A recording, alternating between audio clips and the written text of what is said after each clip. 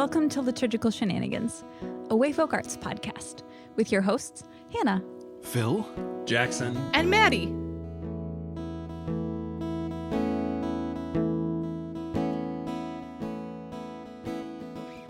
Hello, friends. Hannah here. This month I got to translate Psalm 126, which, again, same as last month, is not the next one in order, but Psalm 26 is a psalm that I really love, and the tension it holds between hope and longing is something that felt fitting in this particular season to spend some time with. So I got to do this one for you this month.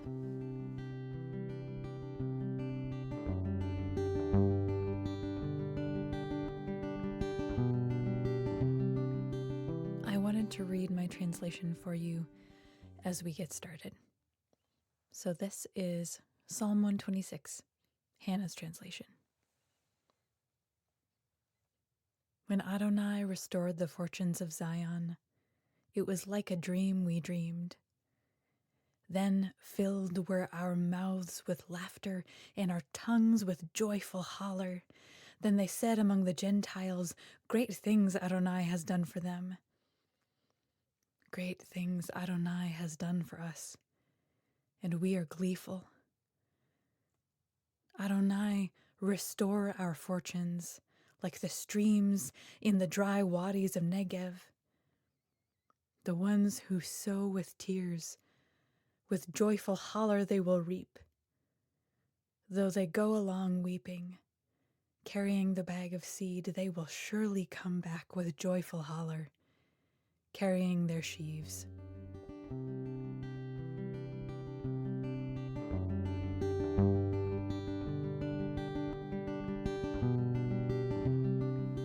Translating is really hard for me. I love getting to research all of the words in other languages, but I so often feel like there needs to be a right answer when I translate. And there are certainly wrong answers when you translate, but languages are so different. There's not going to be an exact equivalent. And as someone who likes exactness, that's really hard. But I also really love language. So getting to form a relationship with these words in Hebrew and try to find what feels faithful to the Hebrew is a really interesting challenge. And I'm this particular translation was an attempt to lean into my gifts of poetry a little bit. So you'll see things like my choice for gleeful, of what's usually translated songs of joy or shouts of joy. I translated joyful holler. Things like that. I know the gifts that I have with language and how can I trust my relationship with the text enough and my longing to be faithful to the text enough to get to bring the fullness of myself to this particular translation.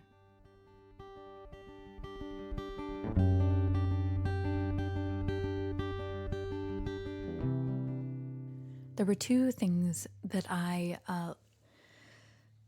learned that I'm excited to share with you as I was translating. One of them is that thing about joyful holler. The Hebrew word, I think, is rina, and as I said earlier, it is usually translated shouts of joy or songs of joy.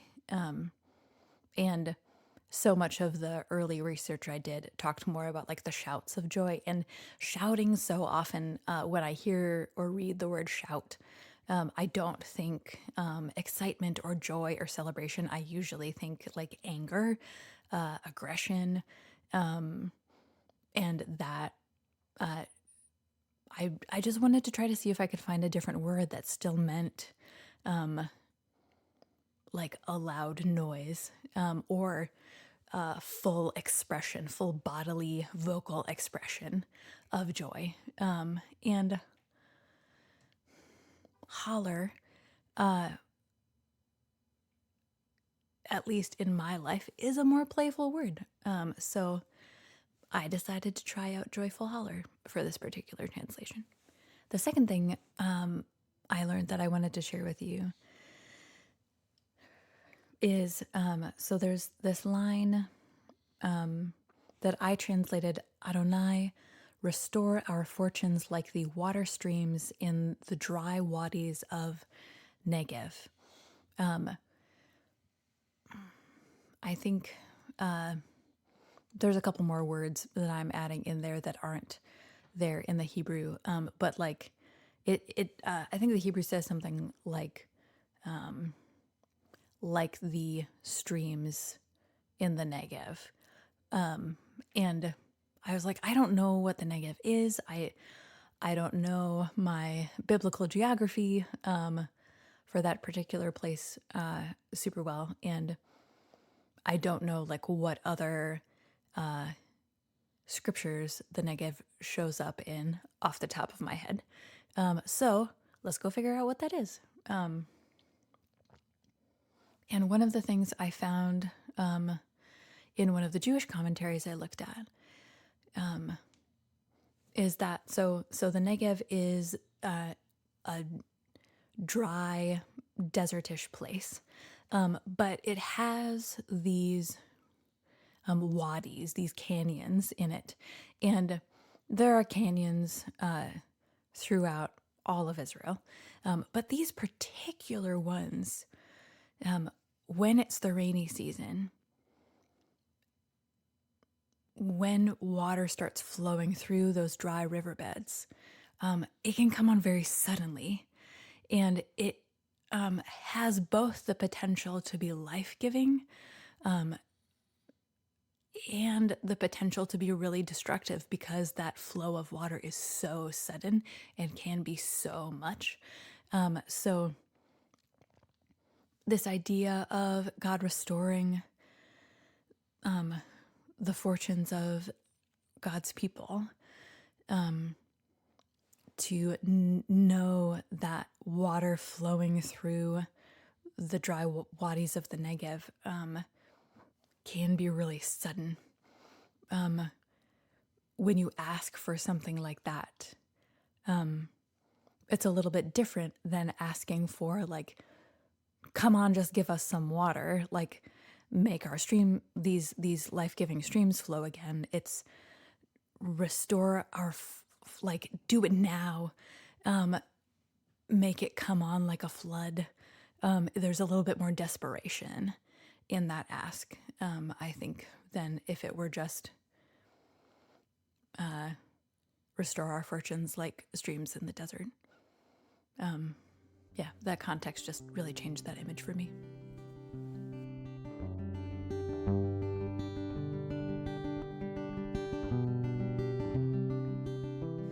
The word I had the hardest time making a decision about is what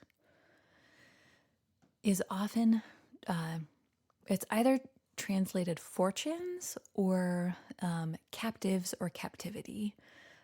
It's a word, I don't remember exactly what the word is right now, but this is like the only time it shows up in this format in the Bible. It shares a root with a word that shows up a lot, but this only shows up once. So asking God to restore our fortunes. Again, one of the Jewish commentaries I looked at talked about that being restore Zion to the way it was. It can also mean like bring, this is a psalm speaking to people who were experiencing exile, and tapping into like the pain and longing of being separated from these things that make you who you are. So the return of their life, their way of being from captivity into its full expression again, feels important to. I ended up going with Fortunes because it honestly it ended up fitting better with the artistic piece that I made that you'll get to hear more about later in our full podcast episode. But I really struggled with the word fortunes because fortune makes me think of wealth. And I think this context certainly does include wealth and resources and possessions, but fortunes just feels really restrictive to me as an English word. And I felt like this psalm was talking about the restoration of everything. And I could not, for the life of me, find an English word that captured exactly what I wanted it to. So I ended up going with fortunes. And that's okay.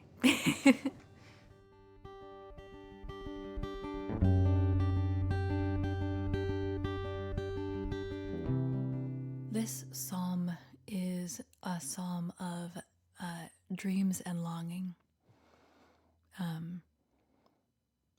One of the things I learned, again, while reading the commentaries is that first line, when Adonai restored the fortunes of Zion, it was like a dream we dreamed, which is often translated, we were like ones who dream.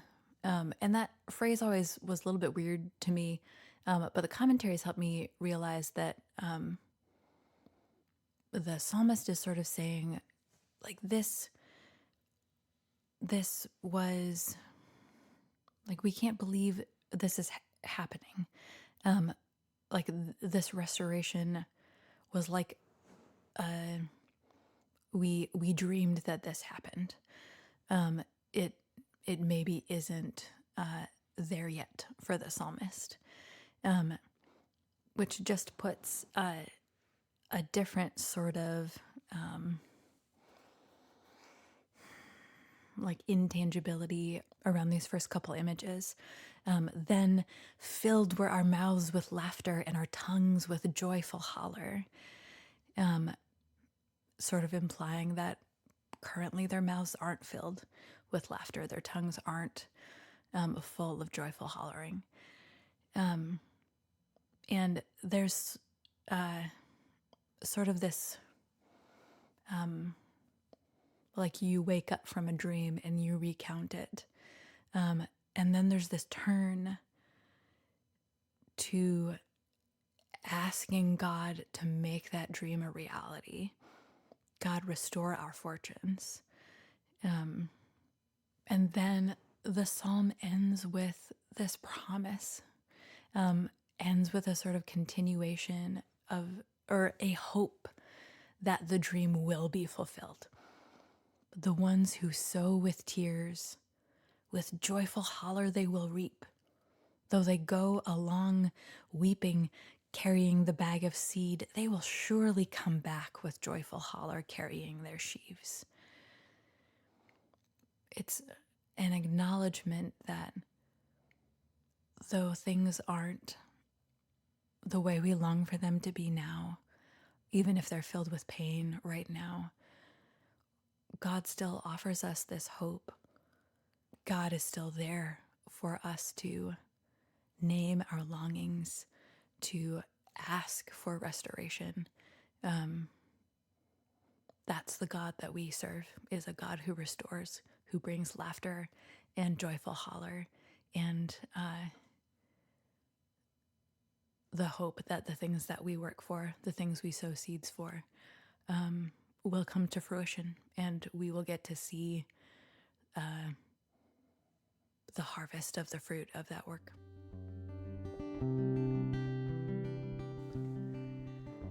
Thanks so much for taking a minute to dwell in this translation thoughts with me. I think I just want to end with this one line in the middle of the psalm that sort of crosses, is that crossing point between like a remembering the dream of the psalm, turning that tense into here's what's true now. Great things Adonai has done for us. We are gleeful. Thanks, friends. Bye.